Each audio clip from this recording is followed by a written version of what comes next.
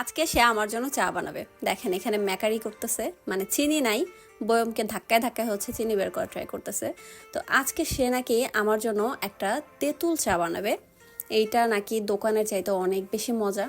এটা সে আমাকে বানায় খাওয়াবে, যদিও এটা সে আমাকে অনেকবার এর আগে বানায় খাওয়াইছে, কিন্তু রেসিপিটা কখনো ওইভাবে শেয়ার করা হয়নি। তাই ভাবলাম আজকে রেসিপি সহই ভিডিওটা করে ফেলি। সে দেখেন নবাব জাদার মতো বলতেছে আমি পা এখানে রেখে তারপর হচ্ছে চা বানাবো। তো প্রথমেই হচ্ছে বেশি করে তেঁতুল দিছে। এখন যেটা দিচ্ছে এটা হচ্ছে বিট লবণ, মানে সে বুঝে বুঝে দিচ্ছে, রান্না না জানলে যা হয় আর কি। তো এখানে দেখেন কাঁচামরিচটা সে আবার ভালোই কাটতে পারে, কেচি দিয়ে কুচি কুচি করে।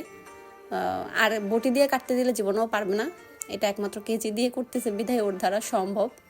তো এখানে ভালো করে হচ্ছে কাঁচামরিচটাও দিচ্ছে, একটা কাঁচামরিচ দিয়েই হয়ে গেছে মোটামুটি আমাদের 2 কাপ চায়ের জন্য। এখানে বিট লবণ, তেঁতুল, কাঁচামরিচ। আজকে বলছি যে আমি তোমাকে কোনো হেল্পই করব না, জাস্ট লিকার দিয়ে এই চাটা আমি জাস্ট বানাই দিছি, মানে এখানে লিকার দিয়ে জাস্ট চাটা জাল দেওয়া। তারপরে দেখেন চিনি নাই, মানে চিনি শেষের দিকে আর কি, নাই বললেই চলে। তো যতটুকু আসে হচ্ছে বাইরে বাইরে করতেছিল, চেষ্টা করতেছিল একটু মোটামুটি যাতে বের করা যায়। ওর কাই কারবার দেখে আমি এখানে হাসবো না মানে কাঁদবো আমি নিজেও বুঝতেছিলাম না। সে হচ্ছে এখন আমার হচ্ছে মনে হচ্ছে যে সে একজন শেফ, এলোমেলো শেফ, যার কোনো কি বলে রান্নার কোনো যোগ্যতা নাই, কিন্তু আসছে রান্না করতে।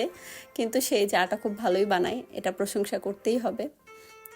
এটা আসলে তাছাড়া অপমান করা হবে, আমি চাই না আমার জামাইকে অপমান করতে। তো এখানে হচ্ছে চাটা এখন হচ্ছে ঢালতেছে। তো এখানে কিন্তু আবার চিনিটাও দিছে পরবর্তীতে। চিনি, লবণ, ঝাল এটা যে যার পছন্দ মতো দিবেন। এই 3টা জিনিস মানে কে কতটা পছন্দ করে এটা তো জানি না।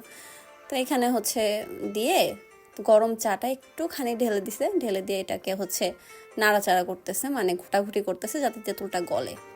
তারপরে হচ্ছে চাটা ঢেলে দিতে হবে আর কি।